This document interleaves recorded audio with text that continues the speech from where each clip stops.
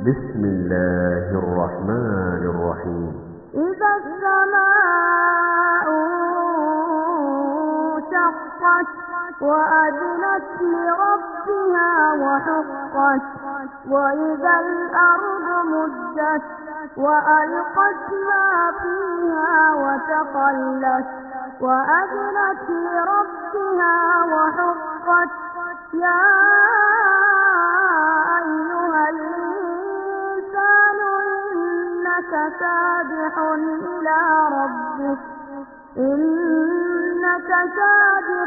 إلى ربك كدحا فملاقيه فأما من أوتي كتابه بيمينه فسوف يحاسب حسابا يسيرا وينقلب إلى أهله مسرورا وأما من أوتي كتابه وراء ظهره فسوف يدعو بسم الله الرحمن الرحيم الحمد لله رب العالمين والصلاة والسلام على أشرف سيدنا محمد وعلى آله وصحبه أجمعين.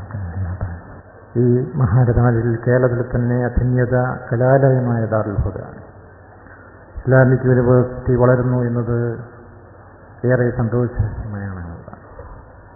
മലബാറിലെ മുസ്ലിം പൊതുസമൂഹത്തിന് തന്നെ ഏറെ അഭിമാനമായിട്ടാണ് ദാറുൽ ഹുദ നിലകൊള്ളുന്നതാണ്. ആ പുതിയ കാലത്തേക്ക് സംഭവിക്കാനാകുന്ന ബഹുഭാഷാ പണ്ഡിതനെ വളർത്തി കൊടുത്ത ദാറുൽ ഹുദയുടെ പ്രവർത്തനം ഉത്തരേന്ത്യയിലും കടന്നിരിക്കുന്നു. ആ സന്തോഷ നിർവചന സ്ഥിതിവിശേഷമാണ് ഇന്ന് ഈ സ്ഥാപനത്തിന് ഉള്ളത്. ഈ കുത്തുബുദ്ധമാന്റെ വലിയ ബർക്കത്തും അതുപോലെ കറാമത്തുമാണ് എന്നുള്ളതാണ്. ഈ സ്ഥാപനത്തിൻ്റെ വളർച്ചയിൽ വലിയ പങ്ക് വഹിച്ച മർഹൂം സയ്യിദ് ഹൈദർ മുസ്ലിയാർ, ബഷീർ മുസ്ലിയാർ, ബാപ്പുട്ടി ഹാജി എന്നിവർക്ക് ഈ മഹത്തുക്കളെ സാന്ദർഭികമായി തന്നെ ഞാൻ അനുസ്മരിക്കുന്നു എന്നുള്ളതാണ്. അല്ലാഹുവിന്റെ ഖബർ പ്രകാശപൂരിതമാക്കട്ടെ എന്ന് ഞാൻ പ്രാർത്ഥിക്കുന്നു. ഈ ആണ്ട് നേരത്തെ ഇന്ന് 6-ാം ദിവസം, അതുപോലെ നാളെയും മറ്റന്നാളെയും കൂടി ഇതോടുകൂടി ഒരാഴ്ചക്ക് നീണ്ടു നിൽക്കുന്ന ഈ ആണ്ട് നേർച്ചയിൽ പങ്കെടുക്കുവാൻ വിവിധ ആളുകൾ ഇവിടെ സന്ദർശിക്കുകയും അതുപോലെ അവരുടെ പ്രയാസങ്ങൾക്കും അതുപോലെ അവരുടെ ജീവിതത്തിൽ അവർ നേരിട്ടുകൊണ്ടിരിക്കുന്ന ഒട്ടനവധി പ്രയാസങ്ങൾക്ക് അനുഗ്രഹമായും അതുപോലെ അതിന് വേണ്ടിയുള്ള അവർക്ക് ജനഹൃദയത്തിൽ അവർക്ക് ആശ്വാസകരമായി ഈ മക്കാം സന്ദർശിക്കുന്നതോടെ അവർക്ക് കഴിയുന്നതാണ്. കേരളത്തിലെ മിക്ക ജില്ലകളിലും അതുപോലെ സ്ഥലങ്ങളിലുമൊക്കെ ഇന്ന് പല മഹാന്മാരും പണ്ഡിതന്മാരും അതുപോലെ ഇസ്ലാമികമായുള്ള പ്രധാരണത്തിന് കാലം തന്നെയുള്ള ഒട്ടനവധി മഹാന്മാരാണ് ഇന്ന് അവർ ഈ കേരളത്തിൽ വന്ന് അവരുടെ അന്ത്യവിഷമം കൊള്ളുന്ന ഒട്ടനവധി മഹാപണ്ഡിതന്മാർ നമുക്ക് അറിയാം. അതുപോലെ തന്നെ ഈ മുമ്പുറം ഈ ധന്യമായ ഈ പ്രദേശത്ത് നിന്ന് വരുമ്പോൾ അവർക്ക് ആശ്വാസമായും അതുപോലെ അനുഗ്രഹമായും എന്നും നിലനിർത്തുവാൻ സഹോദരന്മാരും സഹോദരന്മാരും ഒക്കെ ഇവിടെ സന്ദർശിക്കണമെന്ന് നമുക്കറിയാവുന്നതാണ്. നമ്മുടെ ആത്മീയമായുള്ള ചിന്താഗതിയിലേക്ക് മുന്നോട്ട് കൊണ്ടുപോകാൻ ഇത്തരമുള്ള സദസ്സുകൾ, മതപ്രഭാഷണങ്ങളിൽ നിന്ന് നമ്മുടെ നാടിനെ കൂടുതൽ ജനങ്ങൾക്ക് കൂടുതൽ നമ്മുടെ ഉയർത്തിക്കൊണ്ടുവരുവാൻ യുവതലമുറയും അവർക്ക് ആത്മീയത്തിലേക്ക് കൊണ്ടുവരുവാൻ ഇത്തരത്തിലുള്ള സംഗമത്തിലൂടെയും അതുപോലെ ഇത്തരത്തിലുള്ള നമ്മുടെ പ്രവർത്തനത്തിലൂടെയും സാധിക്കുമെന്നുള്ളതാണ്. പുതിയ കാലത്തെ പ്രശ്നങ്ങളും സമസ്യകളും നമ്മുടെ ആശ്വാസന സാഹചര്യത്തിൽ അത് പൂർണ്ണമായി തന്നെ തകർത്തുകൊണ്ടിരിക്കുന്നു എന്നുള്ളതാണ്. പത്രാദ്വാര ദിനേന നാം കേട്ടുകൊണ്ടിരിക്കുന്ന ഓരോ സാഹചര്യങ്ങൾ ഓരോ വാർത്തകൾ നമ്മൾ ഇന്ന് ദേശീയ തലത്തിലും അന്തർദേശീയ തലത്തിലും ഇന്ന് നമുക്ക് കാണാവുന്ന ഒട്ടനവധി കാര്യങ്ങൾ മാധ്യമങ്ങളിലൂടെ നമ്മൾ വായിച്ചറിയുന്നു എന്നുള്ളതാണ്. ആ പല വാർത്തകളും നമ്മെ ഏറെ ദുഃഖിപ്പിക്കുന്നതും ഞെട്ടിപ്പിക്കുന്നതുമായ ഒട്ടേറെ വാർത്തകളാണെന്നുള്ളത്. സ്വന്തം മകനെയും സഹോദരനെയും ഒക്കെ ഉറുമ്പിനെ കൊല്ലുന്ന ഒരാഗ്രഹത്തോടെ കൊന്നെടുക്കുന്ന ആ പുതിയ സാഹചര്യം നാം ജീവിക്കുന്നത് എന്നുള്ളതാണ്. എന്നാൽ ഇത്തരം പ്രശ്നങ്ങൾക്ക് ആത്മീയത മാത്രമാണ് പൂർണ്ണ പരിഹാരമെന്ന് ഞാൻ ലോകം വന്നിടങ്ങും സമ്മതിച്ചു കൊണ്ടിരിക്കുകയാണ് എന്നുള്ളത്. ലോകത്തിലെ പല പ്രശ്നങ്ങൾക്കും അതുപോലെ രാഷ്ട്രങ്ങൾ തമ്മിലുള്ള പ്രശ്നങ്ങൾക്കും അതുപോലെ ഒട്ടനവധി പരിഹാരമായി ഒട്ടനവധി ആയുള്ള കാര്യങ്ങൾ നമ്മെ കൂടുതലായി ഇത് ദേശീയ തലത്തിലും അതുപോലെ അന്തർദേശീയ തലത്തിലുമൊക്കെ നമ്മെ വേദനിപ്പിക്കുന്ന ഒട്ടനവധി കാര്യങ്ങളാണ് നമുക്കിന്നും മുന്നിൽ കാണുന്നത്. ഇന്ന് ലോകത്തെ പല വിധേയനയും ഇസ്ലാം വായിക്കപ്പെടുകയാണെന്നുള്ളതാണ്. യൂറോപ്യൻ സ്റ്റേറ്റുകളടക്കം പല മേഖലകളിലും ഇസ്ലാമിനെ ഫോക്കസ് ചെയ്ത് അനേകം പഠനങ്ങൾ നടന്നുകൊണ്ടിരിക്കുന്നതെന്ന് നാം മനസ്സിലാക്കുന്നത് യാഥാർത്ഥ്യമാണ് എന്നുള്ളതാണ്. ലോകത്തിൽ സ്ത്രീക്ക് പരിപൂർണ സുരക്ഷ ഏർപ്പെടുത്തുന്ന മതം ഇസ്ലാമാണ് എന്നുള്ളതാണ്. ഈ സമാഗമീയ സാഹചര്യത്തിൽ നിന്നും ലോകത്തിന് മുന്നിൽ ഏറ്റവും വലിയ ചോദ്യചിഹ്നവും സ്ത്രീയാണ് എന്നുള്ളതാണ്. സ്ത്രീ സുരക്ഷയും സ്ത്രീ സ്വാതന്ത്ര്യം നിരന്തരം ചർച്ച ചെയ്യപ്പെട്ടുകൊണ്ടിരിക്കുന്നതാണ്. എന്നാൽ നമുക്ക് സ്ത്രീയെ തെറ്റുകൊണ്ടുള്ള ചൂഷണത്തിൻ്റെ ഭാഗമായുള്ള പല പ്രവർത്തനങ്ങളും ഇത് നടന്നുകൊണ്ടിരിക്കുന്നതാണ്. അത് നമ്മൾ മനസ്സിലാക്കണം എന്നുള്ളതാണ്. തട്ടിപ്പിനെയും അതുപോലെ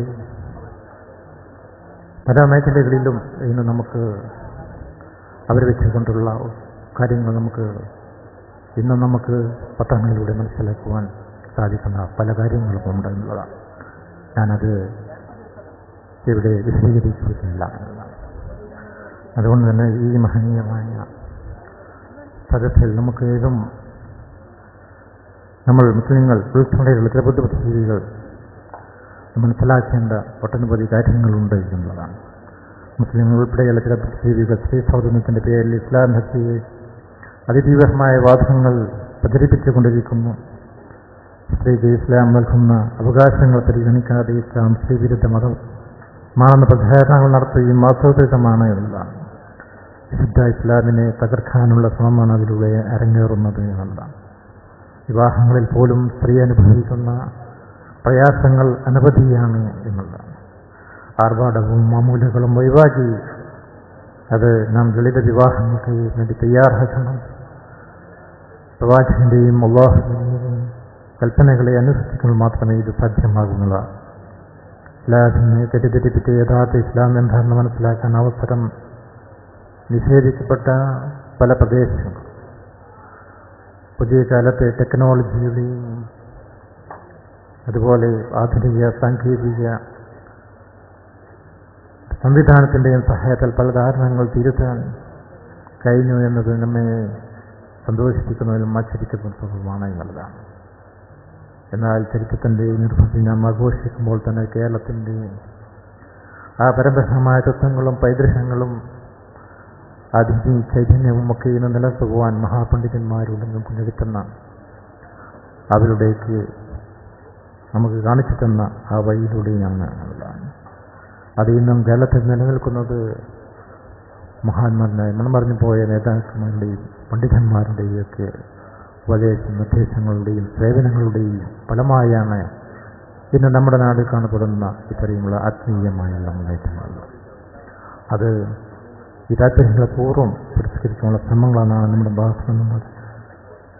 ഇതൊക്കെ എവിടെയും മാറ്റങ്ങൾ സൃഷ്ടിച്ച് അതിനൊരു വേദി മഹാതുവാകട്ടെ എന്ന് ഞാൻ പ്രാർത്ഥിക്കുന്നു. കുതുബുദ്ധന്മാരുടെ ജീവിതം അനുധാവനം ചെയ്യാൻ അല്ലാഹു നമുക്ക് അനുഗ്രഹിക്കുമാറാകട്ടെ. ഈ സംഗമത്തിൽ പങ്കെടുക്കുന്ന മേഖലയുടെയും ഹലാലായ ഉദ്ദേശങ്ങൾ അല്ലാഹു ഐശ്വര്യവും നൽകുമാറാകട്ടെ. ബിസ്മില്ലാഹിർ റഹ്മാനിർ റഹീം. അൽഹംദുലില്ലാഹ്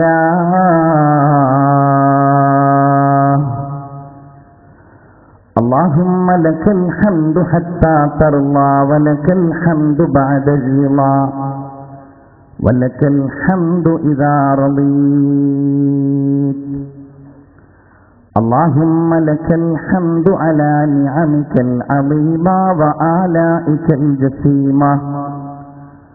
ربنا لا مانع لما آتيت ولا معطي لما منعت ولا راد لما قضيت ولا مبدل لما حكمت ولا ينفع ذا الجد منك الجد.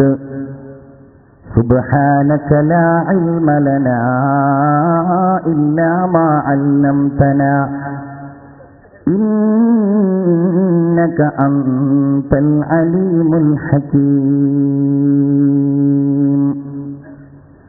اللهم صل على سيدنا محمد وعلى آله وأصحابه أجمعين. أعوذ بالله من الشيطان الرجيم. بسم الله الرحمن الرحيم.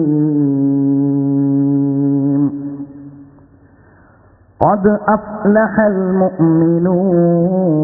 المؤمنون الذين هم في صلاتهم خاشعون والذين هم عن اللغو معرضون والذين هم للزكاة فاعلون. صدق الله العلي العظيم وصدق وبلغ رسوله النبي الكريم ونحن على ذلك من الشاهدين والشاكرين والحمد لله رب العالمين. وفينا رسول الله يتلو كتابه إذا انشق معروف من الفجر ساطع. أرانا الهدى بعد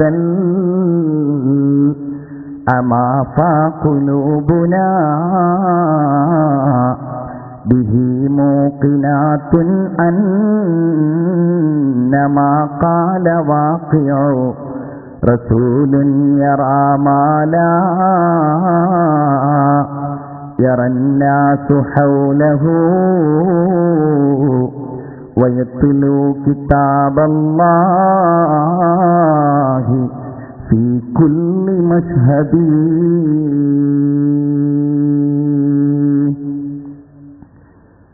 उजाला जिसका है दो जहां में वो मेरे आका की रोशनी है. उजाला जिसका है दो जहां में वो मेरे आका की रोशनी है.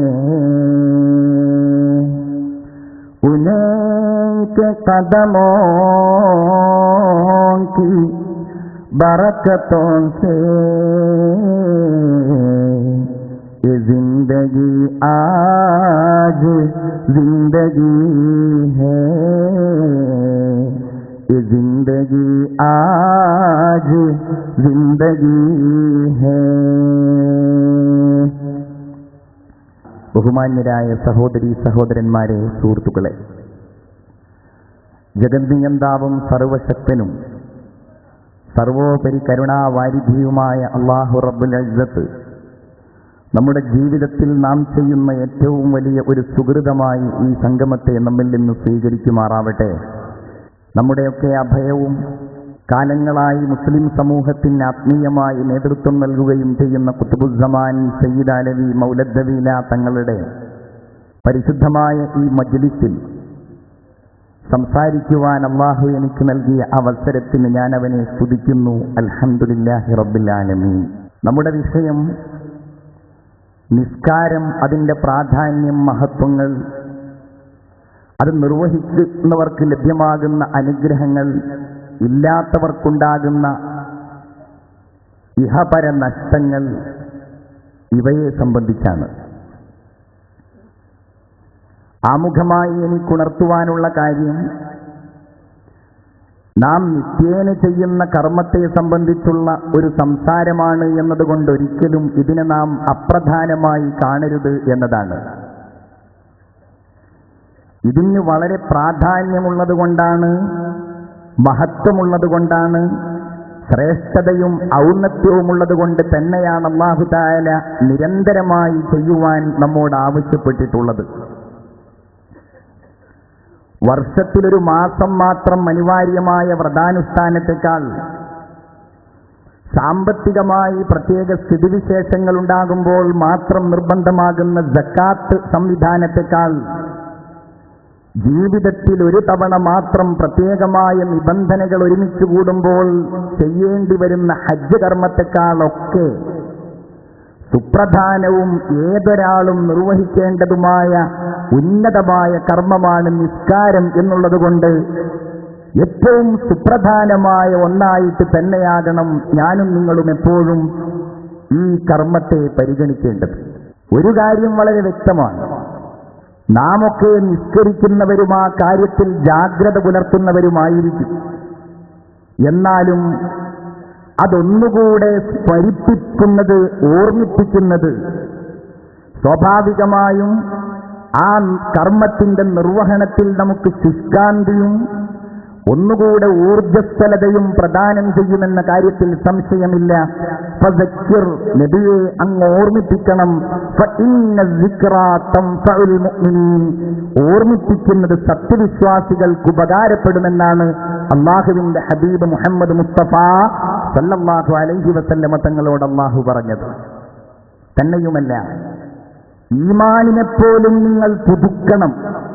നിങ്ങളുടെ ജീവിതത്തിന് വേണ്ടിയുള്ള ഓട്ടപ്പാച്ചിലുകൾക്കിടയിൽ, നിങ്ങളുടെ ക്രയവിക്രയങ്ങൾക്കിടയിൽ, കച്ചവടങ്ങൾക്കിടയിൽ, ജോലികൾക്കിടയിൽ, നിങ്ങളുടെ ഹൃദയാന്തരാളങ്ങൾക്കുള്ളിൽ സൂക്ഷിക്കേണ്ട ഈമാനിന് കറ പിടിക്കാൻ സാധ്യതയുണ്ട്, പൊടി പിടിക്കാൻ സാധ്യതയുണ്ട്, ചെളി പുരളാൻ സാധ്യതയുണ്ട്. അതുകൊണ്ട് ജദ്ദിദു ഈമാനക്കും, നിങ്ങളുടെ ഈമാനിനെ ഇടക്കിടക്ക് നിങ്ങളിങ്ങനെ പുതുക്കിക്കൊണ്ടിരിക്കണമെന്ന് ആദരവായ മുഹമ്മദ് മുസ്തഫ സല്ലല്ലാഹു അലൈഹി വസല്ലം പറയുന്നു.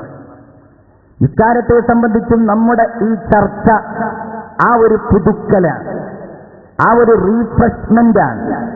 ഞാനും നിങ്ങളും നിർവഹിക്കുന്ന മനോഹരമായ നിസ്കാരങ്ങൾക്കൊന്നുകൂടെ മാനസികമായ സംതൃപ്തിയും ഉല്ലാസവും ലഭ്യമാകുവാനാണ് ഈ ചുരുങ്ങിയ വേളയിൽ നിസ്കാരത്തെ സംബന്ധിച്ച് നാം ചർച്ച ചെയ്യുന്നത്. ഞാൻ എന്റെ ഈ സംസാരത്തിന്റെ പ്രാരംഭത്തിൽ വിശുദ്ധ ഖുർആനിലെ പ്രധാനമായ ഒരു സൂറത്തിന്റെ ചില പ്രാഥമിക വചനങ്ങൾ ഓതിക്കേൾപ്പിക്കുകയുണ്ടായി. ആ സൂറത്തിന്റെ പേര് അൽ മുഅ്മിനൂൻ എന്നാണ്. ഖുർആനിലെ ഈ നാമകരണം വളരെ അത്ഭുതകരമാണ് എന്നാണ് പണ്ഡിതന്മാർ സൂചിപ്പിക്കുന്നത്. എന്തുകൊണ്ടെന്നാൽ എന്താണോ ആ സൂറത്തിന്റെ ഉള്ളടക്കത്തിലുള്ളത് ആ കാര്യം സ്പഷ്ടമായി പ്രതിബിംബിക്കുന്ന ഒരു നാമകരണമാണ് അല്ലാഹു തആല ഈ സൂറത്തിന് നൽകിയിട്ടുള്ളത്.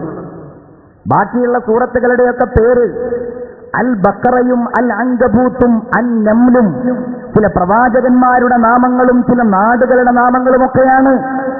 എന്നാൽ അല്ലാഹു തആല ഈ സൂറത്തിന് പേരിട്ടിരിക്കുന്നത് അൽ മുഅ്മിനൂൻ, സത്യവിശ്വാസികൾ എന്നതാണ്. ഇസ്ലാമിന്റെ രണ്ടാം ഖലീഫ സയ്യിദുന ഉമർ ഇബ്നുൽ ഖത്താബ് റളിയല്ലാഹു തആല അൻഹു പറയുന്നുണ്ട്, അല്ലാഹുവിന്റെ ഹബീബിന് വഹയിറങ്ങുന്ന രംഗം ഞങ്ങൾ വീക്ഷിക്കാറുണ്ട്.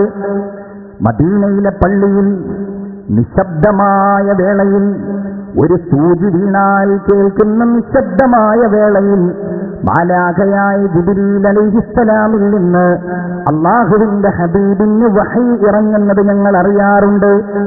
ആ നിശബ്ദതയിൽ ഞങ്ങളിങ്ങനെ ശ്രദ്ധിക്കുമ്പോൾ ഞങ്ങൾക്ക് കേൾക്കാൻ കഴിയും തേനീച്ചകൾ മുരളുന്നതുപോലെ അവരുടെ സീൽക്കാരം പോലെയുള്ള ഒരു ശബ്ദം ഞങ്ങൾക്ക് മനസ്സിലാകും. ആദരവായ പ്രവാചകർക്ക് ജിബ്രീൽ അലൈഹിസ്സലാം വഹി നൽകിക്കൊണ്ടിരിക്കുകയാണെന്ന് ഞങ്ങൾ കാത്തിരിക്കും. ഒരല്പസമയം കഴിഞ്ഞാൽ ഞങ്ങളുടെ മുമ്പിൽ എഴുന്നേറ്റ് നിന്നുകൊണ്ട് എന്താണോ അവിടത്തേക്ക് പുതുതായി അവതരിച്ചിട്ടുള്ളത് ആ കാര്യം ഞങ്ങളുടെ മുമ്പിൽ അവതരിപ്പിക്കും. അങ്ങനെ ഒരു ദിവസം ഇങ്ങനെ വഹി ഇറങ്ങുകയാണ്. ഞങ്ങൾ കുറേ നേരം കാത്തുനിന്നു. ഞങ്ങളുടെ മുമ്പിൽ അവിടുന്ന് എഴുന്നേറ്റ് നിന്നു. ഞങ്ങളിങ്ങനെ കാതോർത്തിരിക്കുകയാണ് എന്താണ് ആ ചെഞ്ചുണ്ടുകൾ മന്ത്രിക്കുന്നത് എന്ന്, എന്ത് പുതിയ കാര്യമാണ് ഞങ്ങളോട് അവിടുന്ന് പറയുന്നത് എന്ന്. പക്ഷേ അവിടുന്ന് മൗനമായി തിരിക്കുകയാണ്. ഒരുപാട് സമയത്തെ മൗനത്തിന് ശേഷം ഞങ്ങളോട് അവിടുന്ന് ഓതുകയാണ് ഖദ് അഫ്ലഹൽ മുഅ്മിനൂൻ അല്ലദീന ഹും ഫീ സ്വലാത്തിഹിം ഖാശിഊൻ. അത്ഭുത ശബ്ദരായിരിക്കുന്ന ആ വചനങ്ങളുടെ മാസ്മരികതയിൽ ലയിച്ചിരിക്കുന്ന ആ സ്വരരാഗ സുധയിൽ സർവവും മറന്നിരിക്കുന്ന അനുയായികളോട് അവസാനം പ്രവാചകർ പറയുകയാണ് ഇത് സത്യവിശ്വാസികളുടെ അടയാളങ്ങളാണ്. ആരാണിതവരുടെ ജീവിതത്തിൽ നിലനിർത്തിയത്? അവർ സ്വർഗത്തിൽ കടന്നവരാണ്, അല്ലാത്തവരോ പരാജയപ്പെട്ടവരുമാണ്. ഞങ്ങളെല്ലാം ഇങ്ങനെ അത്ഭുതത്തോടെ ഇരിക്കുമ്പോ, കാരണം ഒരു വിശ്വാസിയുടെ ജീവിതത്തിൽ നിർബന്ധമായും സൂക്ഷിക്കേണ്ട അടയാളങ്ങൾ മണിമണിയായി ഒന്നൊഴിയാതെ ഞങ്ങളുടെ മുമ്പിൽ ചുരുങ്ങിയ വാക്കുകളിൽ പറഞ്ഞത് അത്ഭുതത്തോടെ ഞങ്ങൾ കേട്ടിരിക്കുമ്പോ ഇരു കരങ്ങളും ആകാശത്തേക്ക് ഉയർത്തിക്കൊണ്ട് അല്ലാഹുവിന്റെ ഹബീബ് ദുആ ചെയ്യുന്നു അല്ലാഹുമ്മ സിദ്നാ, അല്ലാഹുവേ ഞങ്ങൾക്ക് നീ വർദ്ധിച്ച രീതിയിൽ നിന്റെ അനുഗ്രഹം നൽകണമേ. വലാ തൻഖുസ്നാ, ഞങ്ങൾക്കൊരനുഗ്രഹത്തിലും നീ കുറവ് വരുത്തല്ല റബ്ബേ. വഅക്രിംനാ, സർവ ബഹുമാനങ്ങളും ഞങ്ങൾക്ക് നീ നൽകണമേ. വലാ തുഹിന്നാ, ഈ കാര്യങ്ങൾ നിർവഹിക്കുവാൻ കഴിയാത്തവരായി ഞങ്ങളെ നീ നിസ്സാരപ്പെടുത്തല്ല അല്ലാഹ്. വആതിനാ, നിന്റെ എല്ലാ അനുഗ്രഹങ്ങളും ഞങ്ങൾക്ക് നീ നൽകണമേ. വലാ തഹ്രിംനാ, ഒന്നും ഞങ്ങൾക്ക് നീ തടയല്ല അല്ലാഹ്. തീർന്നില്ല അല്ലാഹുമ്മർലന, അല്ലാഹുവേ ഞങ്ങളോട് നീ സംതൃപ്തിയുള്ളവനാകണം. വർള അന്നാ, ഞങ്ങളെ സംബന്ധിച്ച് നീ തൃപ്തിപ്പെടുകയും ഞങ്ങൾക്ക് നീ സംതൃപ്തനാവുകയും ചെയ്യണമേ അല്ലാഹ് എന്ന് പറഞ്ഞുകൊണ്ട് ആ സൂറത്തിന്റെ പ്രാഥമിക വചനങ്ങൾ അല്ലാഹുവിന്റെ ഹബീബ് ഓതിക്കൊടുക്കുകയാണ്. എന്താണ് അവിടുന്ന് പറഞ്ഞത്? ഖദ് അഫ്ലഹൽ മുഅ്മിനൂൻ, സത്യവിശ്വാസികൾ തീർച്ചയായും വിജയം പ്രാപിച്ചവരാണ്. ഇത് ഇസ്ലാമിന് മാത്രം പറയാൻ കഴിയുന്ന, തമ്പുരാനായ അല്ലാഹുവിന് മാത്രം പ്രഖ്യാപിക്കുവാൻ കഴിയുന്ന, ഇരുലോകത്തും പരലോകത്ത് മാത്രമല്ല ദുനിയാവിലും ആഖിറത്തിലും വിജയത്തിന്റെ കുത്തകാവകാശികൾ അൽ മുഅ്മിനൂൻ, അത് സത്യവിശ്വാസികൾ മാത്രമാണ്. ഇസ്ലാമിന്റെ മുദ്രാവാക്യമാണ് പ്രിയപ്പെട്ടവരെ വിജയം എന്ന് പറയുന്നത്. വിജയത്തിലേക്ക് വരൂ, ഹയ്യ അലസ്സലാ.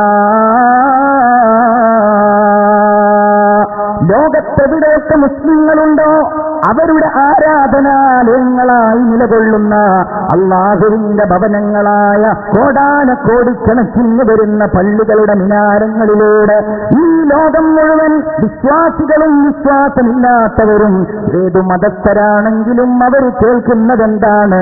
ഹയ്യ അലൽ ഫലാഹ്, വിജയത്തിലേക്ക് വരൂ എന്നതാണ്.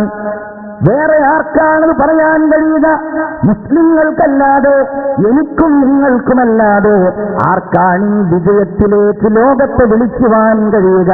ആ വിജയത്തിലേക്കുള്ള വിളിയാളം എങ്ങനെയാണ്? ഹയ്യ അലസ്സലാഹ്,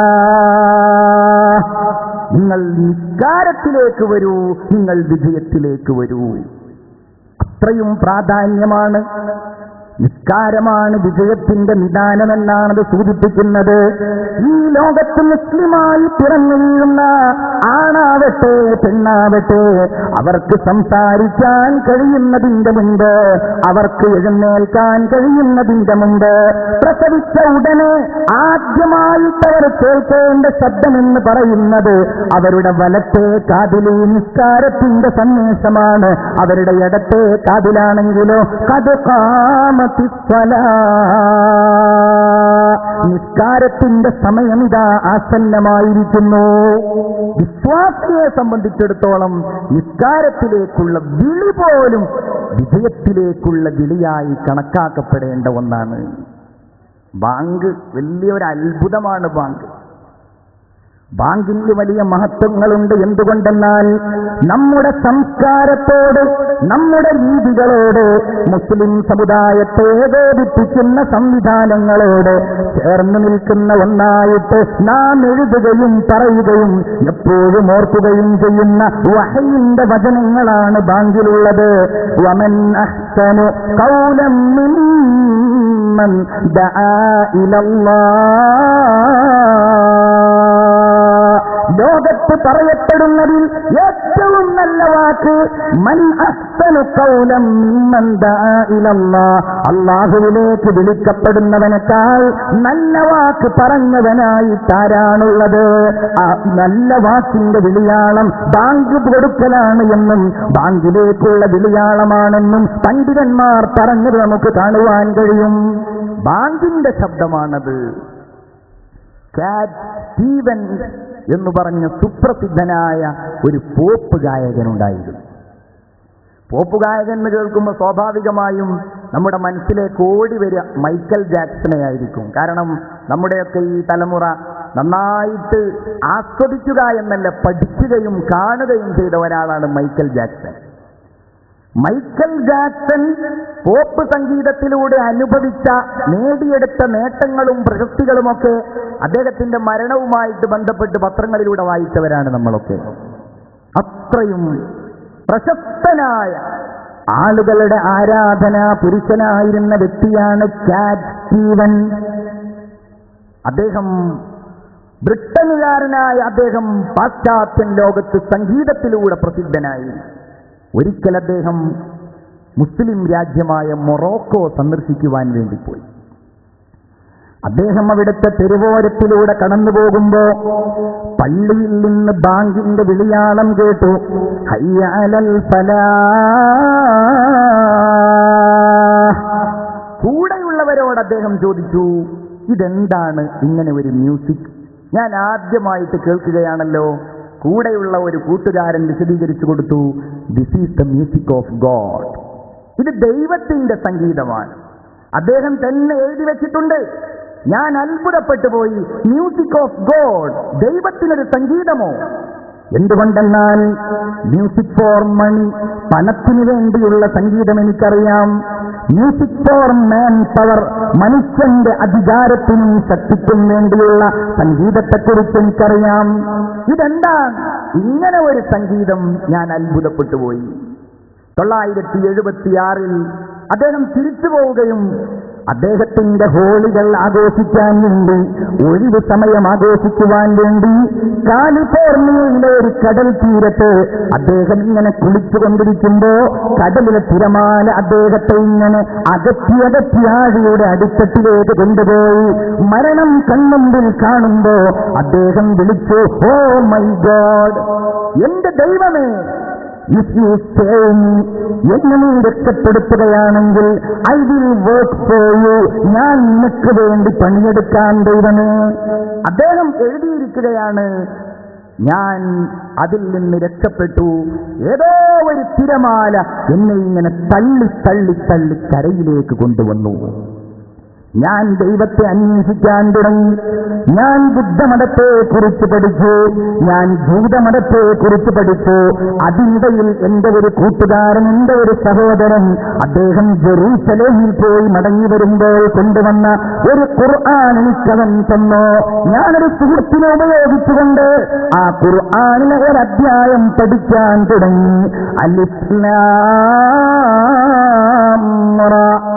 തിൽക ആയാതുൽ കിതാബിൽ മുബീൻ എന്ന് തുടങ്ങുന്ന വഇദ ഖാല യൂസുഫു ലി അബീ യാ അബതി ഇന്നി റഅയ്തു അഹദ അശറ കൗകബൻ വശംസ വൽ ഖമറ റഅയ്തുഹും ലീ സാജിദീൻ.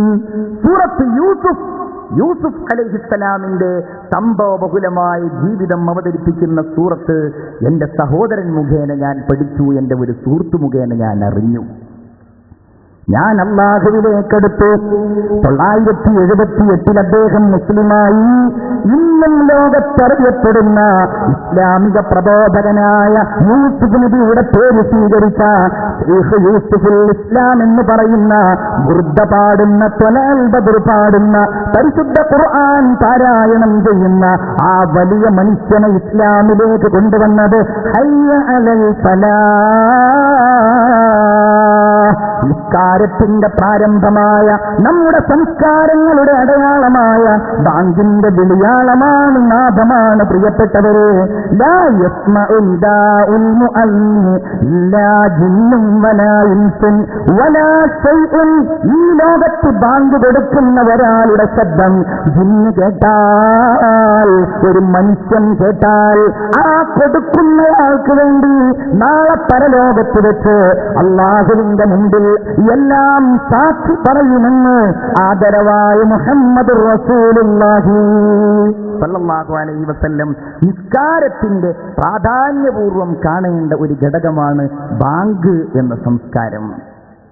ഒറ്റക്ക് നിസ്കരിക്കുകയാണെങ്കിൽ പോലും നിങ്ങൾ ബാങ്ക് വിളിക്കണേ, നിങ്ങൾ ഇഖാമത്ത് വിളിക്കണേ.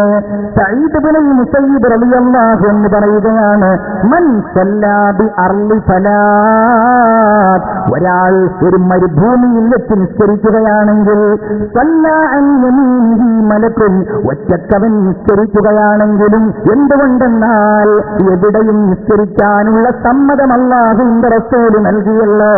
എന്റെ പ്രത്യേകതകളിലൊന്നാണ് ജുഇലത്തിൽ അർളു മസ്ജിദൻ വതുഹൂറാ, എനിക്ക് ഈ ഭൂമി മുഴുവൻ നിസ്കാരയോഗ്യമാക്കി അല്ലാഹു തആല നൽകിയിരിക്കുകയാണ്. അങ്ങനെ ഒറ്റക്കൊരാൾ എവിടെയെങ്കിലും വെച്ച് നിസ്കരിക്കുകയാണെങ്കിൽ അവന്റെ വലതുഭാഗത്തൊരു മലക്ക് നിസ്കരിക്കും, ഇടതുഭാഗത്ത് മറ്റൊരു മലക്ക് നിസ്കരിക്കുന്നതാണ്. ആ നിസ്കാരത്തിന്റെ മുമ്പ് അവൻ ബാങ്ക് വിളിച്ചാൽ, അവൻ ഇഖാമത്ത് വിളിച്ചാൽ, സ്വല്ലാ വറാഅഹു, അവന്റെ പിന്നിൽ നിന്ന് നിസ്കരിക്കുന്നു. അംസാലുൽ ജിബാലി മിനൽ മലായിക, പർവ്വതങ്ങൾക്ക് സമാനരായി മലക്കുകൾ അവന്റെ പിന്നിൽ നിന്ന് നിസ്കരിക്കുമെന്ന് ഹബീബായ മുഹമ്മദ് റസൂലുള്ളാഹി സല്ലല്ലാഹു അലൈഹി വസല്ലം. അതാണ് അല്ലാഹു പറയുന്നത്, ഖദ് അഫ്ലഹൽ മുഅ്മിനൂൻ, തീർച്ചയായും സത്യവിശ്വാസികൾ വിജയം വരിച്ചവരാണ്. എന്താണ് അവരുടെ പ്രത്യേകത? ഏതാണ് ആ സത്യവിശ്വാസികൾ? അല്ലദീനഹും ഫീ സ്വലാത്തിഹിം ഖാശിഊൻ, അവർ അവരുടെ നിസ്കാരങ്ങളെ സൂക്ഷ്മത പാലിച്ചുകൊണ്ട് നിർവഹിക്കുന്നവരാണ്. നിസ്കരിക്കുന്നവരാണ് എന്നല്ല, കാരണം നിസ്കരിക്കുന്നവരെന്ന് പറയുന്നവർ, ബഹുമാനപ്പെട്ട ഉസ്താദ് ഇവിടെ പറഞ്ഞുവല്ലോ, നിസ്കരിക്കുന്നവന് വിശ്വാസിയാവുകയുള്ളൂ, നിസ്കരിക്കാത്തവർ ഇസ്ലാമിന്റെ വൃത്തത്തിൽ നിന്ന് പുറത്താണെന്ന് ഉസ്താദ് അവர்கள் ഇവിടെ ഉദ്ധരിക്കുകയുണ്ടായല്ലോ. മുഅ്മിനീങ്ങളെ അല്ലാഹു പറയുന്നത് നിസ്കാരത്തിൽ സൂക്ഷ്മത പുലർത്തുന്നവരാണ്. അതിനാണ് നാം ശ്രമിക്കേണ്ടത്. നിസ്കാരം നമ്മുടെ അജണ്ടയായിട്ടെടുത്ത്, നമ്മുടെ സംസ്കാരമായിട്ടെടുത്ത്, നമ്മുടെ രൂപവും നമ്മുടെ ഭാവിയും നമ്മുടെ എല്ലാം നിർണയിക്കുന്ന ഏറ്റവും സുന്ദരമായ ഒരു കർമ്മമായിട്ടെടുത്ത് നിസ്കരിക്കുമ്പോൾ മാത്രമേ വിശ്വാസത്തിന്റെ മധുരവും അതിന്റെ യാഥാർത്ഥ്യവും ഏതൊരു മനുഷ്യനും അനുഭവിക്കുവാൻ കഴിയുകയുള്ളൂ. വഇദാ സല്ലൈത ഫസല്ലി സ്വലാത്ത മുവദ്ദിഇൻ, നിന്റെ മനസ്സിൽ, നിന്റെ ഹൃദയത്തിന്റെ ഉള്ളിൽ ആ സൂക്ഷ്മത വരാനുള്ള ഒരു കാര്യം റസൂല് പറയുകയാണ്. ഒരു നിസ്കാരം നിസ്കാരത്തിന് നീ ഒരുങ്ങിക്കഴിഞ്ഞാൽ ഫസല്ലി സ്വലാത്ത മുവദ്ദിഇൻ, ഇതെന്റെ അവസാന നിസ്കാരമാണ്, ഇനി എനിക്ക് അടുത്ത ഒരു ചാൻസ് ഇല്ല, ഇതോടെ എന്റെ നിസ്കാരം കഴിഞ്ഞു. അങ്ങനെ ഒരു യാത്ര പറയുന്നവനെ പോലെ നീ നിസ്കരിക്കണേ എന്ന് ഹബീബായ നബി മുഹമ്മദ് മുസ്തഫ സല്ലല്ലാഹു അലൈഹി വസല്ലം. നിസ്കാരം നാം നിർവഹിക്കുന്നവരാണെങ്കിൽ നാം അതിൽ പാലിക്കേണ്ട ഒരു മര്യാദയിലേക്കാണ് അവിടുന്ന് സൂചിപ്പിക്കുന്നത്. ഇന്ന അഹദകും ഇദാ കാന ഫീ സ്വലാത്തിഹി ഫഇന്നഹു യുനാജി റബ്ബഹ്, നിങ്ങളിൽ നിന്നൊരാൾ നിസ്കരിക്കുമ്പോൾ അശ്രദ്ധയുണ്ടാവല്ലേ. എന്തുകൊണ്ടെന്നാൽ അവൻ സംസാരിക്കുന്നത് രാജാതിരാജനും സർവാധിനാഥനുമായ അല്ലാഹുവിനോടാണെന്ന് മുഹമ്മദ് മുസ്തഫ സല്ലല്ലാഹു അലൈഹി വസല്ലം പറയുന്നു. അതിനുവേണ്ടി ലോകത്തുള്ള എല്ലാവർക്കും, എന്റെ പ്രിയപ്പെട്ട വിശ്വാസികളെ, അല്ലാഹു തആല നിസ്കരിക്കുമ്പോൾ തിരിയാനൊരിടവും നൽകിയിട്ടുണ്ട്. നമ്മളെ എല്ലാവരെയും കൂട്ടിച്ചേർക്കുന്ന ഒന്ന് ആ ഘടകമാണ്, അഥവാ ഖിബ്ല. ആ ഖിബ്ലയുടെ ഭാഗത്തേക്ക് നാം തിരിയുന്നത് അല്ലാഹുവിലേക്ക് തിരിയുന്നതിന്റെ പ്രതീകമായിട്ടാണ്.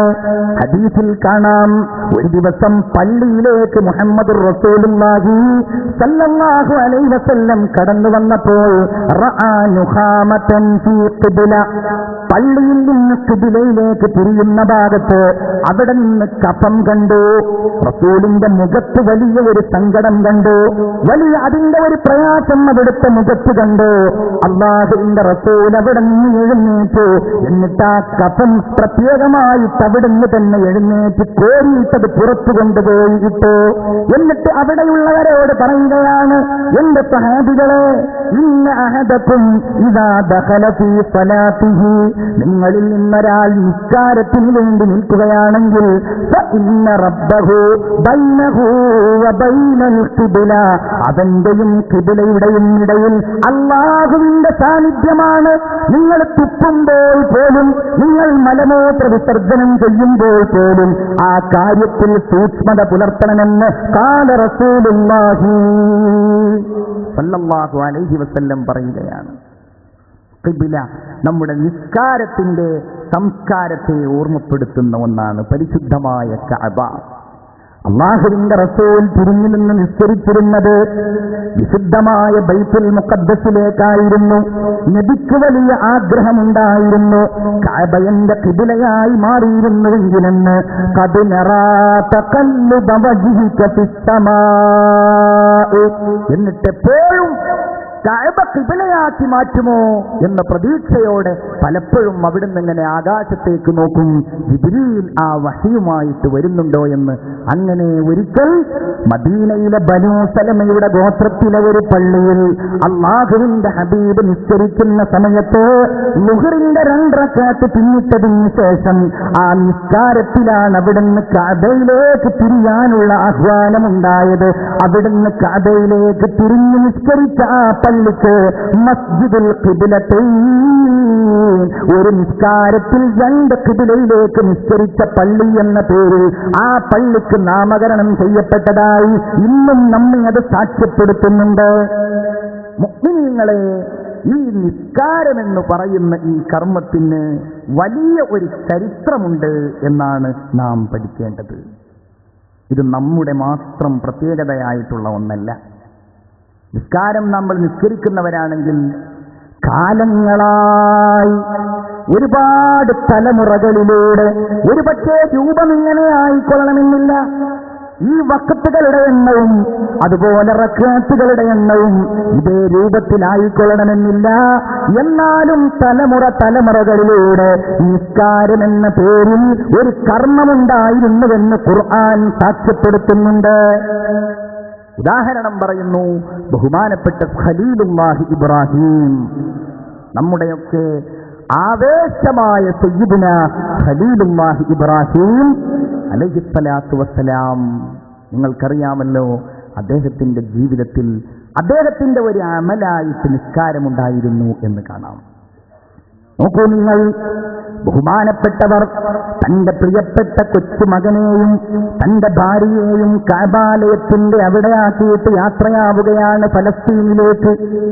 അല്ലാഹുവിന്റെ കൽപ്പനയാണല്ലോ. ഹാജർ റളിയല്ലാഹു അൻഹു ഉറക്കെ വിളിച്ചു ചോദിക്കുന്നുണ്ട്, എങ്ങോട്ടാണ് നിങ്ങൾ പോകുന്നത്? മിണ്ടാൻ കഴിയുന്നില്ല. വീണ്ടും ചോദിക്കുന്നുണ്ട്, അല്ലാഹു അമറക ബിഹാദാ, ഇത് അല്ലാഹു നിങ്ങളോട് കൽപ്പിച്ച ഒരു കാര്യമാണോ? ഗദ്ഗദ കണ്ഠനായി അതിനും മിണ്ടാൻ കഴിയാതെ ഫഅശാറ ബിയഖിഹി, തന്റെ തല കൊണ്ട് അദ്ദേഹം അതേ എന്നാണ് കാണിച്ചു.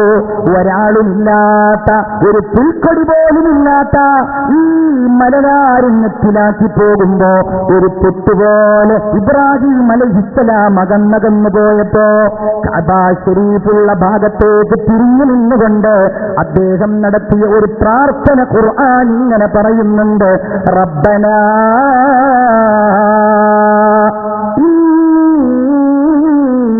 أسكنت من ذريتي بواد غير ذي زرع عند بيتك المحرم.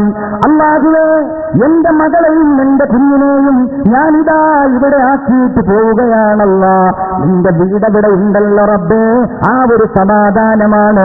പക്ഷേ ആ പോകുന്നതിന്റെ പിന്നിൽ എനിക്കുള്ള ലക്ഷ്യമെന്ന് പറയുന്നത് റബ്ബനാ ലിയുഖീമുസ്സലാ,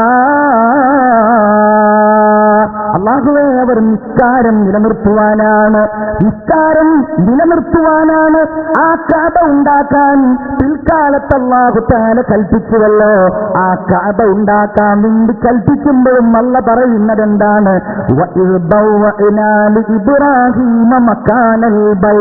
ആ വീടുണ്ടാക്കാൻ, കഅബ ഉണ്ടാക്കാൻ അല്ലാഹു ഇബ്രാഹിം നബിയോട് പറയുന്നത് അല്ലാ തുശ്രിക് ബി ശൈആ, എനിക്കൊന്നിനെയും പങ്കു ചേർക്കാതെ ആരാധിക്കപ്പെടാൻ വേണ്ടിയാണ് കഅബാലയം ഇബ്രാഹിമെ നിങ്ങൾ ഉണ്ടാക്കേണ്ടത്. എന്റെ വീട് നിങ്ങൾ ശുദ്ധമായി സംവിധാനിക്കണം. ലിത്വാഇഫീന വൽഖാഇമീന വറുക്കഇ സുജൂദ്, പരിസരത്ത് നിന്ന് മാത്രമല്ല, എവിടെയെല്ലാം റുക്കൂകൾ ചെയ്യപ്പെടുന്നുണ്ടോ, എവിടെയെല്ലാം സുജൂദുകൾ ചെയ്യപ്പെടുന്നുണ്ടോ അവർക്കെല്ലാം അഭിമുഖീകരിക്കാനുള്ള ഒരിടമായി ഇബ്രാഹിം നബിയെ നിങ്ങൾ കഅബാലയം ഉണ്ടാക്കണമെന്ന് അല്ലാഹു ഇബ്രാഹിം നബിയോട് പറയുകയാണ്. ചരിത്രം നോക്കൂ നിങ്ങൾ. ഇബ്രാഹിം നബിയുടെ 99 വയസ്സിലാണ് മകനായ ഇസ്മായിൽ നബി അദ്ദേഹത്തിനുണ്ടാകുന്നത്. 112 വയസ്സിലാണ് പ്രവാചകനായ ഇസ്ഹാഖ് അലൈഹിസ്സലാം അദ്ദേഹത്തിനുണ്ടാകുന്നത്. 2 പ്രവാചകന്മാരും ഉണ്ടായി. അദ്ദേഹം മരിക്കാൻ പോകുമ്പോ, വഫാത്താകാൻ പോകുമ്പോ ആ പ്രവാചകൻ മാതാ ആ പ്രിയപ്പെട്ട മക്കളെ സ്നേഹിച്ച ആ ഉന്നതനായ ചരിത്ര പ്രവാചകൻ നടത്തിയ സുപ്രസിദ്ധങ്ങളായ വസിയ്യത്തുകൾ പരിശുദ്ധ ഖുർആനിന്റെ വചനങ്ങളിൽ നിറഞ്ഞു കിടക്കുകയാണ്. ആ മഹാനായ മനുഷ്യൻ നടത്തിയ പ്രാർത്ഥന വല്ലാത്ത ഒരു പ്രാർത്ഥനയാണ് പ്രിയപ്പെട്ടവരെ. റബ്ബി ജഅൽനീ മുഖീമസ്സലാത്തി വമിൻ ദുർരിയ്യതി. അല്ലാഹുവേ, ഇബ്രാഹിം നബി ദുആ ചെയ്യുകയാണ്, അല്ലാഹുവേ എന്നെ നീ നിസ്കരിക്കുന്നവരാക്കണം. വമിൻ ദുർരിയ്യതി, തലമുറകളിലൂടെ എനിക്കുണ്ടാകുന്ന സന്താനങ്ങളെ മക്കളില്ലാത്തതിന്റെ പേരിൽ ലോകത്ത് പ്രസിദ്ധനായ ഈ മനുഷ്യൻ പിൽക്കാലത്ത് മക്കളുടെ പേരിൽ ലോകത്ത് പ്രസിദ്ധനായപ്പോ ആ മക്കൾക്ക് വേണ്ടി അല്ലാഹുവിനോട് ദുആ ചെയ്യുന്നത് വമിൻ ദുർരിയ്യതി, അല്ലാഹുവേ എന്റെ സന്താനങ്ങളെയും നീ നിസ്കാരം നിലനിർത്തുന്നവരാക്കണമേ. റബ്ബനാ വതഖബ്ബൽ ദുആ, അല്ലാഹുവേ എന്റെ ദുആ നീ സ്വീകരിക്കണമേ എന്നതായിരുന്നു. വിശദീകരിക്കുന്നില്ല. ഇബ്രാഹിം നബി അലൈഹിസ്സലാമിന്റെ ചരിത്രത്തിൽ നിസ്കാരം കാണാം. വിശ്വപ്രസിദ്ധനായ പ്രവാചകന്മാർക്കിടയിലെ അദ്വിതീയനായ, ചരിത്രം സുദീർഘമായി സംസാരിച്ച പ്രവാചകനായിരുന്നു നബിയുല്ലാഹി ശുഐബ് അലൈഹിസ്സലാം. നമ്മളൊക്കെ ആവേശത്തോടു കൂടെ തന്നെ പറയാം, സയ്യിദുനാ ശുഐബ് അലൈഹിസ്സലാം അദ്ദേഹം അറിയപ്പെടുന്നത് പോലും പ്രവാചകന്മാർക്കിടയിലെ ഒരു പ്രഭാഷകനായിട്ടാണ്. ഈ സ്റ്റേജില്ലാതെ, മൈക്കില്ലാതെ, സ്റ്റാൻഡില്ലാതെ, ഇതുപോലെ ഒരുമിച്ച് കൂടുന്നവരില്ലാതെ അസ്ഹാബുൽ ഐക്കത്തിനോട്, മദിയനിലുള്ള ആളുകളോട് അദ്ദേഹം നടത്തിയ പ്രസംഗങ്ങൾ ഖുർആനിലുണ്ട്. എന്റെ സമുദായമേ, നിങ്ങൾ അല്ലാഹുവിനെ ആരാധിക്കണം, നിങ്ങൾ വഞ്ചന നടത്തല്ലേ, നിങ്ങൾ കച്ചവടങ്ങളിൽ ക്രയവിക്രയങ്ങൾ കൃത്രിമത്വം കാണിക്കല്ലേ, വഔഫുൽ കൈല വൽ മീസാൻ, നിങ്ങൾ അളവും തൂക്കവും വളരെ കൃത്യമായി കൊടുക്കുന്നവരാകണം എന്ന് പറഞ്ഞുകൊണ്ട് നാട്ടുകാരോട് പ്രസംഗിച്ചു. അദ്ദേഹത്തിന്റെ സമുദായമാണ് ലോകത്തുള്ള എല്ലാ തട്ടിപ്പുകൾക്കും തുടക്കം കുറിച്ചത്. ലോകത്തുള്ള എല്ലാ സാമ്പത്തിക വൃത്തികേടുകൾക്കും തുടക്കം കുറിച്ചത് ആ സമുദായമായിരുന്നു. വലിയ അനുഗ്രഹീതരായിരുന്നെങ്കിലും കൊള്ളയടിക്കുവാനും ജനങ്ങളെ കബളിപ്പിക്കുവാനും അവരെപ്പോലെ മിടുക്കന്മാര് വേറെ ആരും ഉണ്ടായിരുന്നില്ല. അതിനെതിരെ പ്രതികരിക്കുവാൻ വേണ്ടി ശുഐബ് നബി അലൈഹിസ്സലാം തയ്യാറായി. അദ്ദേഹം അങ്ങനെ പ്രതികരിച്ചപ്പോൾ മറുവിഭാഗം അദ്ദേഹത്തിനെതിരെയും പ്രതികരണങ്ങൾ നടത്തി. അങ്ങനെയാണല്ലോ, ഒരു വിഭാഗം തങ്ങളുടെ വാദം പറഞ്ഞാൽ മറുവിഭാഗം തങ്ങളുടെ വാദം വേറെ ഒരു രീതിയിൽ പറയും. ആ വാദങ്ങളും അവരുടെ സംസാരങ്ങളും ഖുർആൻ ഉദ്ധരിക്കുകയാണ്. ഖാലൂ യാ ശുഐബ് വസലവാതുക തഅ്മുറുക. ശുഐബേ, പരിഹസിക്കാണോ? ഞങ്ങൾ ചെയ്യാത്ത നിസ്കാരം എന്നൊരു കാര്യം ഞങ്ങൾക്കിടയിൽ നീ ചെയ്യുന്നത് കാണുന്നുണ്ട്. ആ നിസ്കാരത്തിലൂടെയാണോ ഞങ്ങളോട് ഇങ്ങനെ പറയാൻ?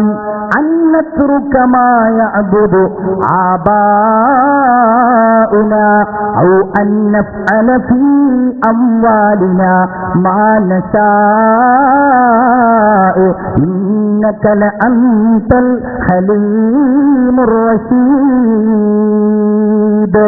ഞങ്ങളോട് ഞങ്ങളുടെ ബിംബങ്ങളെ ആരാധിക്കരുത് എന്ന്, ഞങ്ങളുടെ പിതാമഹന്മാർ ആരാധിച്ചിരുന്ന ആരാധ്യ വസ്തുക്കളെ ആരാധിക്കരുത് എന്ന്, ഞങ്ങളപ്രകാരം ഞങ്ങളുടെ സമ്പത്തിൽ ഞങ്ങൾ ക്രയവിക്രയങ്ങൾ നടത്തുമ്പോ ഞങ്ങളുടെ തന്നിഷ്ടപ്രകാരം ചെയ്യരുത് എന്ന് നിന്നോട് പറയുന്നത്, നിന്നോട് കൽപ്പിക്കുന്നത് അസ്സലവാ കഴിയില്ല. കാരണം അത്രയും ചരിത്രങ്ങളുള്ള ഒരു മഹാനായ മനുഷ്യനാണ്. എന്താ പ്രത്യേകത? ഞാൻ വിശദമായി പറയുകയല്ല. ശുഐബ് നബിയുടെ മദിയനിൽ നിന്ന് തന്റെ പ്രിയപ്പെട്ട ഉപ്പയെയും ഉമ്മയെയും കാണാൻ വേണ്ടി ഈജിപ്തിലേക്ക് അദ്ദേഹം യാത്രയാവുകയാണ്. ഖുർആൻ ആ സംഭവം പറയുന്നുണ്ട്. ഗർഭിണിയായ ഭാര്യ തന്റെ കൂടെയുണ്ട്, 1-2 സഹായികളുണ്ട്, തന്റെ കൂടെ കുറച്ചാടുകളും അപ്രകാരം കുറച്ച് മൃഗങ്ങളുമുണ്ട്. അങ്ങനെ നടന്നു വരുന്ന സമയത്ത് അവർക്ക് വഴിതെറ്റിപ്പോവുകയാണ്. കൂടിയിട്ടാണ്. എങ്ങോട്ടാണ് ഭാര്യയെ കൊണ്ടുപോകേണ്ടത് എന്നറിയില്ല. പെട്ടെന്നതാ ഒരു വെളിച്ചം കാണുന്നു. മൂസാ നബി അലൈഹിസ്സലാം കൂടെയുള്ളവരോട് പറഞ്ഞു, ഫഖാല ലി അഹ്ലിഹിം കുസൂ ഇന്നി ആനസ്തു നാറാ. ഞാനതാ ഒരു തീ കാണുന്നുണ്ട്, ഞാൻ ആ തീയുടെ അടുക്കലൊന്ന് പോയി നോക്കിയാലോ, ആ വെളിച്ചത്തിന്റെ അവിടെ വന്ന് പോയി നോക്കിയാലോ. ആ തീക്കും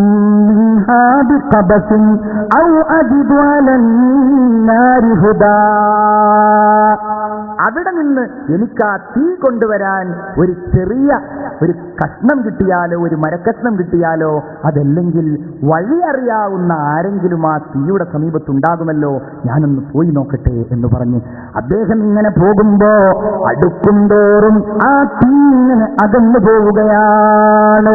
അങ്ങനെ ആ മലമുകളിൽ അദ്ദേഹം എത്തിയപ്പോൾ നൂദിയയാ മൂസ, ശരീരമില്ലാതെ എവിടെ നിന്നോ ഒരു മുഴക്കം. യാ മൂസ, അല്ലയോ മൂസ,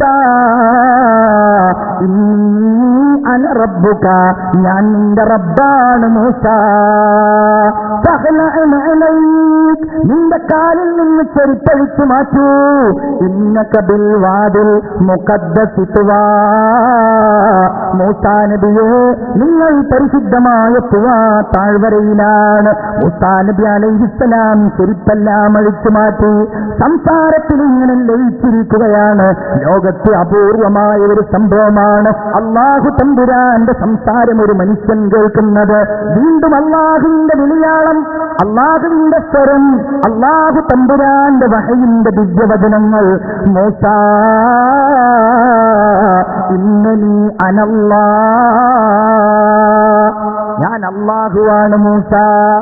അല്ലാഹ് പറയുകയാണ്, ഞാൻ അല്ലാഹുവാണ് മൂസ. ഫഅബ്ദുനി, അതുകൊണ്ട് എന്നെ നീ ആരാധിക്കണം. എന്നെ നീ ആരാധിക്കേണ്ടത് എങ്ങനെയാണ്? വഅഖിമിസ് സ്വലാത്ത ലിദിക്രി, മൂസാ നബിയെ എന്റെ ഓർമ്മക്ക് നിങ്ങൾ നിസ്കാരം നിലനിർത്തണം.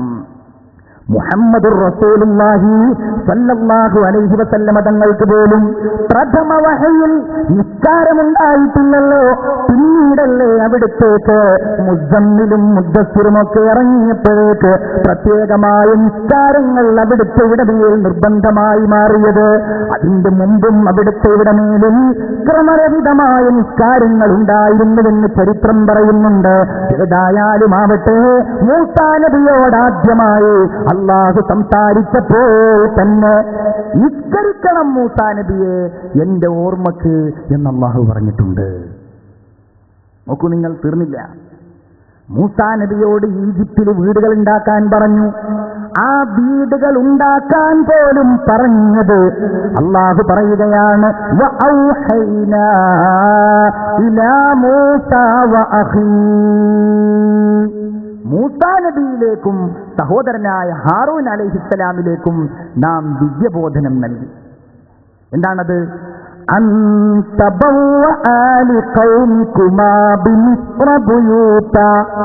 നിങ്ങൾ നിങ്ങളുടെ സമൂഹത്തിന് വേണ്ടി ഈജിപ്തിൽ വീടുകൾ ഉണ്ടാക്കണം.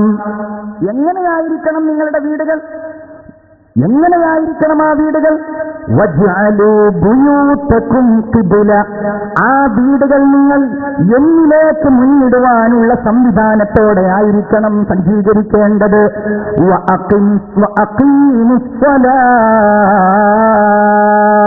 നിങ്ങൾ ആ വീടുകളിൽ നിസ്കാരം നിലനിർത്തണം.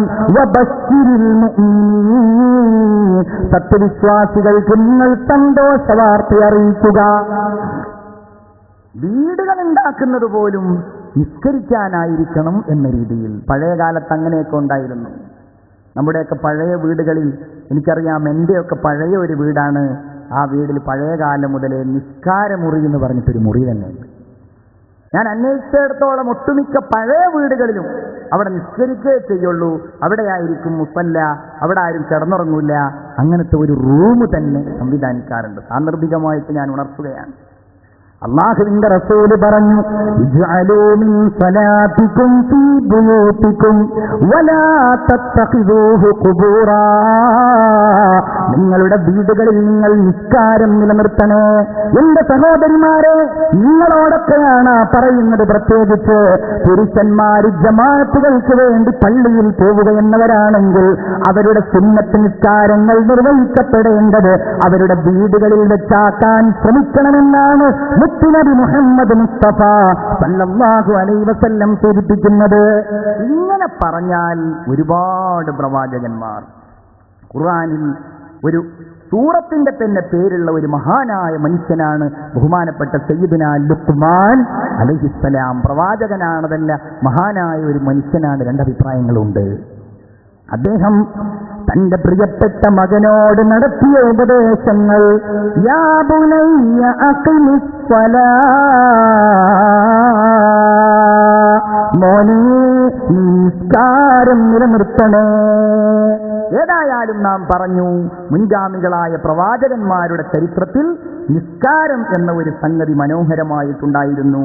അതുകൊണ്ടല്ലേ മിഅ്റാജിന്റെ രാവ് കഴിഞ്ഞു വന്ന് ആ സംഭവം വിവരിക്കുമ്പോ റഅയ്തു മൂസാ യുസല്ലി ഫിൽ ഖബ്രി ഖായിമാ, കൊല്ലങ്ങൾക്ക് മുമ്പ് മരണപ്പെട്ടു പോയ മൂസാ നബി അലൈഹിസ്സലാത്തു വസ്സലാം ഖബറിന്റെ ഉള്ളിൽ നിന്ന് നിസ്കരിക്കുന്നത് ഞാൻ കണ്ടു എന്ന് ഹബീബായ നബി മുഹമ്മദ് മുസ്തഫ ഇബ്രാഹിം നബി അലൈഹിസ്സലാമിന് നിസ്കരിക്കുന്നതായി ഞാൻ കണ്ടുവെന്ന് മുത്തുനബി മുഹമ്മദ് മുസ്തഫ സല്ലല്ലാഹു അലൈഹി വസല്ലമ തങ്ങൾ ചൂണ്ടിക്കാണിക്കുന്നത്.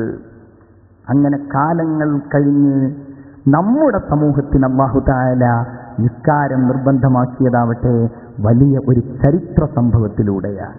ഞാനത് വിശദമായിട്ട് പറയുകയല്ല. റസൂലുള്ളാഹി സ്വല്ലല്ലാഹു അലൈഹി വസല്ലമ തങ്ങൾ 53-ാമത്തെ വയസ്സിൽ മദീനയിലേക്ക് ഹിജ്റ പോകുന്നതിന്റെ ഒരു കൊല്ലം മുൻപ് റജബ് 26 അസ്തമിച്ച രാവിൽ അല്ലാഹു തമ്പുരാൻ തന്റെ അടുക്കലേക്ക് നബിയെ വിളിക്കുകയാണ്. അവിടുത്തെ ജീവിതത്തിലെ ഏറ്റവും സങ്കടകരമായ ഒരു സാഹചര്യമായിരുന്നുവല്ലോ അത്. അവിടുത്തെ ഭാര്യയായ ഖദീജ ബീവി ലോകത്തോട് വിട പറഞ്ഞു പോയി. അവിടുത്തെ പ്രിയപ്പെട്ട പിതൃവ്യനായിരുന്ന അബൂ താലിബ് ലോകത്തോട് വിട പറഞ്ഞു പോയി. വളരെ ഹതാശനായി നിരാശനായി അവിടുന്ന് നിൽക്കുന്ന സമയമാണ് അല്ലാഹുവിന്റെ ഹബീബ് മുഹമ്മദ് മുസ്തഫ സല്ലല്ലാഹു അലൈഹി വസല്ലമ തങ്ങളെ അല്ലാഹു തആല ഒരിക്കലും കൈവടിയുകയില്ല എന്ന് അല്ലാഹു തീരുമാനിച്ചതിന്റെ അടിസ്ഥാനത്തിൽ അല്ലാഹു തമ്പുരാൻ തന്റെ അടുക്കലേക്ക് നബിയെ വിളിക്കുകയാണ്. വലിയ ഒരു സംഭവം, ഇസ്രാ മിഅ്റാജിന്റെ ആ സംഭവം.